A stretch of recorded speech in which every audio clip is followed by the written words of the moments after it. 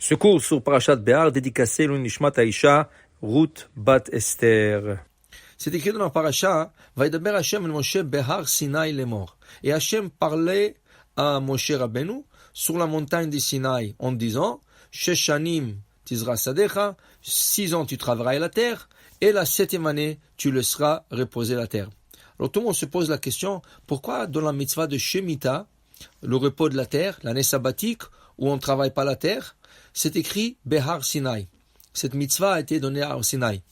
Tous les mitzvot ont été donnés dans le Sinaï. Tefilim, c'est Behar Sinai. Shabbat, c'est Behar Sinai.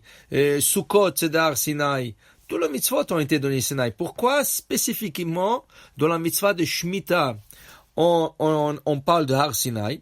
Alors Rashi nous dit, comme tous les mitzvot ont été donnés à Sinaï, on aurait pensé que peut-être la mitzvah de Shemitah n'a pas été donnée sur Sinaï, alors on vient te dire que elle aussi, la mitzvah de Shemitah, vient d'être donnée sur le mont Sinaï. Pourquoi on aurait pensé que cette mitzvah n'a pas été donnée sur Sinaï? Alors le commentateur sur Rashi explique que on revoit que tous les mitzvot ont été répétés dans le 5e livre. Nous avons 4 livres de Torah, Bereshit, Shemot, Vaikra, Bamidbar, et le 5e, c'est le résumé, c'est la répétition de toute la Torah, qu'on appelle Mishneh Torah. On voit que tous les mitzvot, presque, ont été mentionnés dans le livre de Devarim, et la mitzvah de Shemitah n'a pas été répétée dans ce livre. Alors on aurait pu penser que peut-être la raison pourquoi cette mitzvah n'a pas été mentionnée dans le livre de Devarim, car ça n'a pas été donné à Sinaï. Or que tous les mitzvot ont été donnés à Sinaï, c'est pour ça qu'on les a répétés. C'est pour ça que la Torah vient cette semaine et dit Behar Sinaï. La mitzvah de Shemitah, elle aussi, a été donnée à Sinaï, malgré qu'elle n'a pas été répétée une deuxième fois dans le livre de Mishneh Torah, le livre de Devarim. La Torah nous dit qu'il faut travailler 6 ans, ou Bashevi'it, Shabbat l'Hashem, la 7e sera un repos de la terre pour Hashem. C'est pas une question de laisser reposer la terre, c'est une question que Hashem a demandé qu'on laisse reposer la terre. Et quel est le sens de cette mitzvah? Qu'est-ce que cette mitzvah veut nous enseigner? La émouna. Avoir la émouna et la confiance en Hashem. Il y a beaucoup de gens qui disent j'ai la émouna, mais dès qu'ils sont sur une petite épreuve de parnassa, de voler, de ne pas voler, de tricher, de ne pas tricher, là le Yetzirah il est très fort. Où est la émouna? Il y a des gens qui disent oui j'ai la émouna en Hashem, mais dès que le quotidien il vient en conflit avec les mitzvot, ils préfèrent le quotidien que le mitzvot. Émouna, c'est avoir confiance à 100% que Hashem peut te donner tout ce que tu as besoin. Alors voilà que la paracha nous dit que si tu travailles pas la 7e année, tu diras Vechitomru manochal. Vous allez vous dire, poser la question, qu'est-ce qu'on va manger la 7e année? Alors Hashem dit Vetziviti berachati uvasat et tetevrash lachem shloshanim. Je donnerai une beracha. Et la 6e année, la terre va donner une récolte de 3 ans. Ça veut dire elle va donner une récolte pour la 6e année, pour la 7e année qu'on ne peut pas travailler la terre, et aussi pour la 8e, car on peut commencer à travailler la terre qu'à partir du début de 8e, mais la récolte ne sortira qu'à la fin du 8e. Alors on a besoin d'une récolte de 3 ans. Et là, le Siforno vient poser une question. Que veut dire Vechitomeru? Et si vous disiez Manochal, si vous posez une question, qu'est-ce qu'on va manger? Et Hashem répond, Vetzivitit birchati, je donnerai ma bénédiction. Et si on n'aurait pas posé la question, Has Veshlom, Hashem n'aurait pas donné la bénédiction. De quoi on parle? Dit le Siforno, il y a 2 bénédictions. Il y a une bénédiction de quantité, il y a une bénédiction de qualité.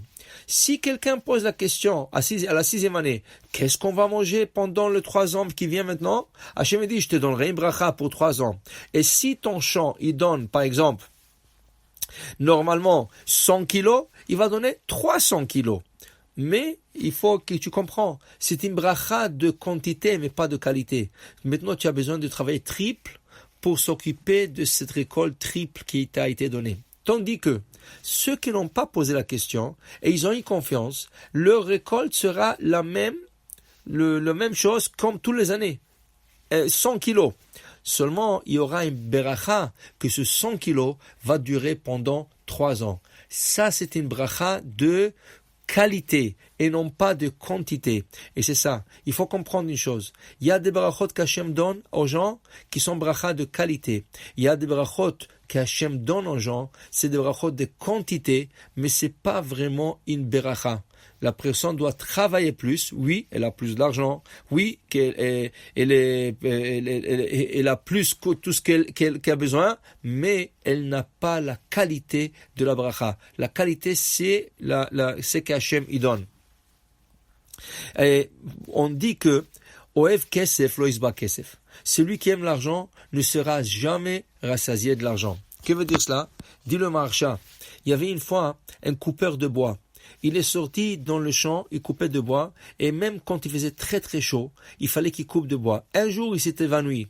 Et dans son évanouissement, il voit un rêve. Il y a un malach qui vient, et il dit que Hachem a écouté ses prières, et il a envoyé à ce malach pour lui donner tout ce qu'il désire. Alors il lui dit, demande-moi quelque chose que tu voudras. Alors le coupeur de bois lui a dit, est-ce que je peux avoir la bénédiction que tout ce que je touche devienne de l'or? L'ange a commencé à rigoler.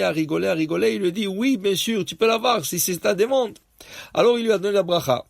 Quand il s'est levé, il s'est posé la question, est-ce que c'était un vrai rêve? Il va à l'arbre, il touche l'arbre et ça devient de l'or. Il touche le lâche pour couper l'arbre et c'est devenu de l'or. Il a touché une pierre, elle est devenue de l'or. Il a couru à la maison, il a tout laissé, il a couru à la maison et il dit à sa femme, tu sais, on est les hommes les plus riches sur terre. Sa femme lui a dit, qu'est-ce que tu as? Tu as un coup de soleil ou quoi? Qu'est-ce qui se passe? Il dit, non, regarde. Il a pris la petite table qu'ils avaient à la maison, toute cassée, il a touché, elle est devenue en or. Il a touché les chaises, elles sont devenues en or. Sa femme ne croyait pas ses yeux. Il dit, comment tu as eu dit c'est une bracha? Écoute-moi, donne-moi à manger vite et après je sortirai dans le marché et on va commencer à ramasser de l'argent. Il lui a donné une soupe. Il a touché la cuillère et c'est devenu de l'or. Il a touché le bol, c'est devenu de l'or. Il a pris une cuillère de soupe, il voulait mettre sur les lèvres. Dès que ses lèvres ont touché la soupe, c'est devenu de l'or. Il ne pouvait pas manger la soupe. Alors sa femme tout de suite lui sert un repas, du pain, pour qu'il puisse manger. Il touche le pain pour faire la motzi, ça devient de l'or. Là, il a commencé à réaliser quelque chose. Il a commencé même à pleurer. Il est l'homme le plus riche sur terre, mais il va mourir de faim. Pourquoi? Tu ne peux pas manger de l'or. Et c'est ça qu'il dit le roi Salomon. Oev kesef, c'est lui qui aime de l'argent. Lo isba kesef. Il sera jamais rassasié, qui veut dire il pourra rien manger, il pourra pas profiter de son argent. Pour dire à Botaï qu'il faut demander à Hachem toujours une bracha de qualité. La quantité est inclue, mais si on a une bracha de qualité, c'est une vraie bracha. Amen, amen.